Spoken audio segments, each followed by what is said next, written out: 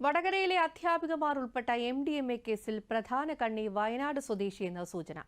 ഇയാൾ സംസ്ഥാനത്തിന് പുറത്തേക്ക് കടന്നിട്ടുണ്ടെന്ന സംശയത്തെ തുടർന്ന് കേരളത്തിന് പുറത്തേക്ക് അന്വേഷണം വ്യാപിപ്പിക്കുമെന്ന് പോലീസ് പറഞ്ഞു. അതേസമയം അന്വേഷണം അട്ടിമറിക്കപ്പെടാതിരിക്കാൻ കേന്ദ്ര ഏജൻസി കേസ് അന്വേഷിക്കണമെന്ന ആവശ്യവും ഉയരുന്നുണ്ട്. വിവരങ്ങളുമായി അനൂപ് ചേരുന്നു. അനൂപ്, MDMA കേസിൽ പുതിയ വഴിത്തിരിവുണ്ടായിരിക്കുകയാണ്. പ്രധാന കണ്ണി വയനാട് സ്വദേശിയാണെന്നുള്ള സൂചനയാണ് ഇപ്പോൾ പോലീസ് പുറത്തുവിടുന്നത്. ഇനി ഏത് രീതിയിലുള്ള ഒരു അന്വേഷണമായിരിക്കും മുന്നോട്ടുണ്ടാവുക? എന്തൊക്കെയാണ് വിവരങ്ങൾ? അതായത് ഏറ്റവും ഒടുവിൽ പിടിയിലായ ജിജിൻ കുര്യാക്കോസ് പണം അയച്ചത് ഈ യുവാവ് ബന്ധപ്പെടുത്തിയ അക്കൗണ്ടിലേക്കാണ് എന്നാണ് അറിയാൻ കഴിഞ്ഞത്. 1 കോടിയിലേറെ രൂപ ഇയാൾ അയച്ചതായാണ് കണ്ടെത്തിയത്. അധ്യാപികമാരായ 3 പേർക്കും വയനാട് സ്വദേശിയായ ഈ യുവാവുമായി ബന്ധമുണ്ട് എന്ന നിഗമനത്തിലാണ് പോലീസ്.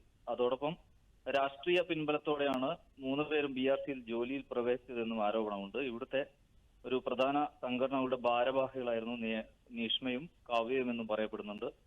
ഒപ്പം ഇവരിൽ നിന്നും പോലീസ് വ്യക്തമായ മറുപടിയൊന്നും ഇതേവരെ ലഭിച്ചിട്ടില്ല. കൂടുതൽ ചോദ്യം ചെയ്യുമ്പോൾ സമൂഹത്തിലെ ഉന്നതരിലേക്ക് എത്തിയേക്കാമെന്ന വാദവും വരുന്നുണ്ട്. എന്തായാലും കേന്ദ്ര ഏജൻസി അന്വേഷിക്കണമെന്ന ആവശ്യവും വരുന്നുണ്ട്. കൂടുതൽ അന്വേഷണം ഊർജിതമാക്കി അന്യ സംസ്ഥാനത്തേക്ക് കൂടി വ്യാപിപ്പിക്കാനാണ് പോലീസിന്റെ നീക്കം.